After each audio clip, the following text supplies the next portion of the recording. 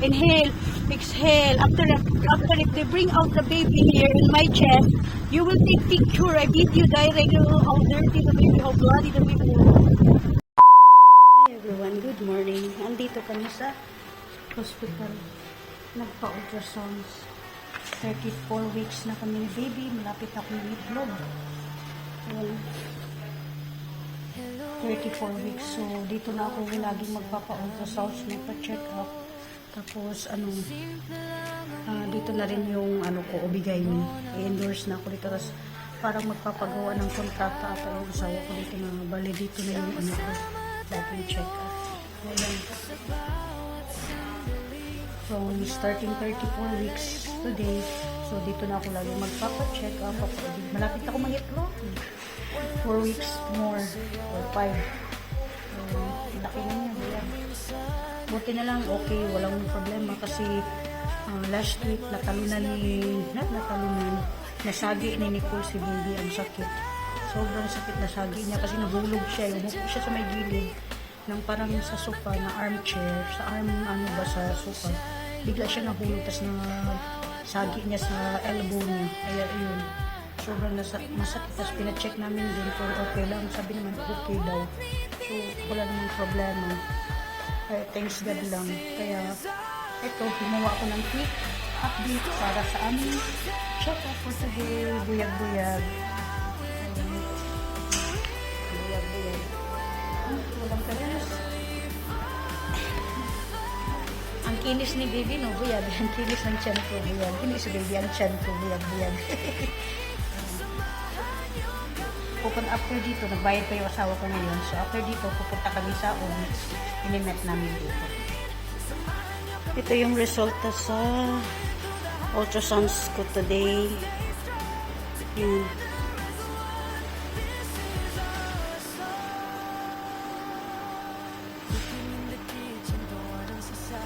Ito pala guys. 2 kilos na si baby. Diyos ko, dapat dahan-dahan sa pagkain diet. Enough. Too much baby, too much. 2 kilos.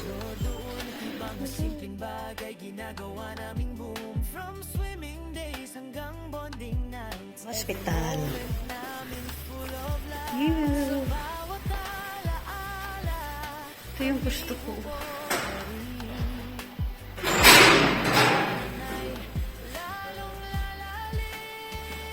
Still waiting sa doktor. Tahimik ng hospital. Sama ko yung asawa ko dito kasi sila mag-uusap. Sila magkaintindihan. Sila ang magkabari. Sabi ko sa asawa ko, kung hindi ko sila maintindihan, paano lang pag nanganak ako is sasama siya sa delivery room. Sabi niya, hindi daw baka mag-collapse. Sabi ko, ano makita pa na ako ng push? Sabi niya, hindi daw kasi nakita na daw niya sa YouTube. Nakulit ko.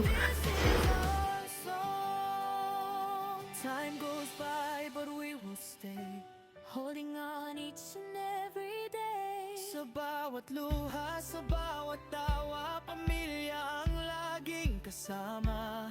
God above, guide us always sa bawat journey, sa lahat ng days. Bless this life, keep us strong. Sa bawat habang tuloy ang awit na to.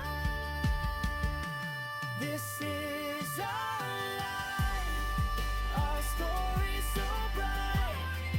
Through every day and every night.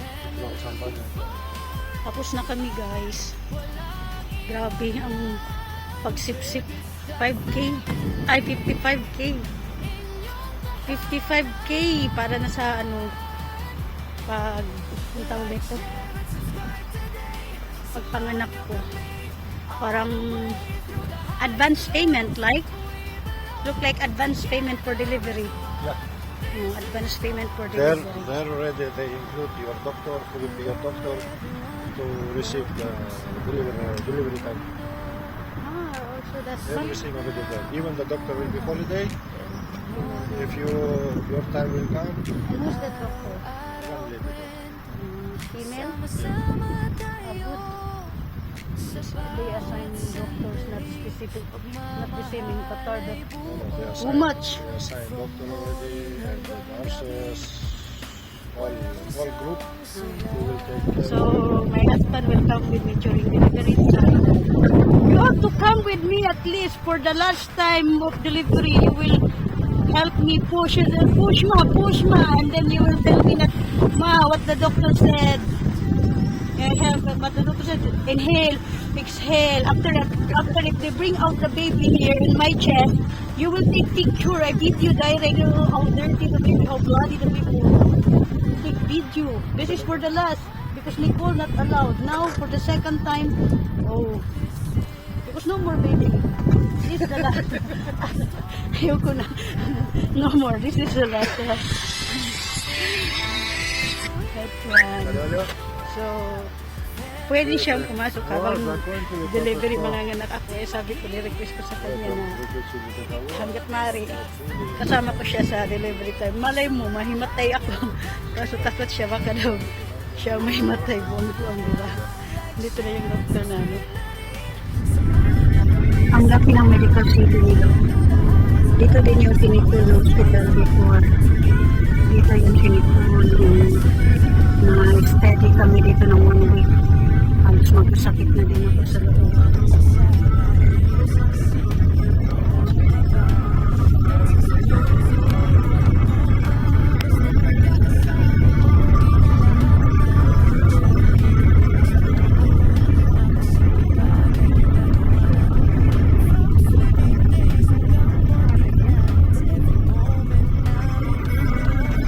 This building because before us. Which one? Ah, that one? Ah, yeah, I remember. Yeah, this one. Ito yung hospital na nakakatakot. Nighttime, no light. Only the nurse station of light. Ayan. Ayan guys, nandito na ako sa bahay. Umalis na. Binaba na ako ng asawa ko dito. Tapos, ayun, dumiretso na siya sa work. Hinatid niya ako dito. Tapos dumiretso na siya sa work. Ayun. Tapos, alam niyo, ang ganda ng ano nila dito, no? Yung may mga assigned doctors. Tapos, kahit holidays, may assigned doctor. Sana pala dito ko na lang pinanganak si Nicole. Kaso masyadong mahal dito. Too much expensive. Unlike sa Qatar na, sa Qatar, wala kami masyadong bayaran sa Qatar. Ang naano lang siguro namin sa Qatar is, nung sa hospitality is, siguro maximum 500 riyals. 500 riyals lang. Tapos, sa mga check-up, yes, sa mga check-up ko during prenatals, medyo may nabayaran kami kasi nga yung mga gamot sa private ako noon, sa private polyclinic. Pero nung nanganak na ako kay Nicole, doon ako sa Hamad Hospital, sa Women's Hospital. Wala kaming masyadong nabayaran doon. Siguro sa documentation lang, siya kapag stay ko sa hospital kasi na 1 week hospital kami ni Nicole dahil nga na tumain na si Nicole na siya so nakakain ng meconium, kaya yun yung kaya 1 week kaming dalawa na antibiotic yun. Pero maganda dito kasi may yung ma-assign na doktor pag nanganak ka. Tapos ang kagandahan din, pwede ang asawa pag nanganak. Pwede mo makasama yung ang asawa mo sa gilid na habang nanganganak ka, habang nagpupush ka na. Kaya kinukonvince ko yung asawa ko na pag nanganak na ako, kailangan nasa gilid ko siya. Kasi actually kabado din ako dahil hindi ko sila maintindihan. Iba yung language of spokening nila dito. Kaya okay lang if they speak English, pero hindi Kaya sabi ko mas maganda yung kasama kita kasi pwede daw So that's all for today. Next week ulit may immigration yung sa documentation ko sa visa.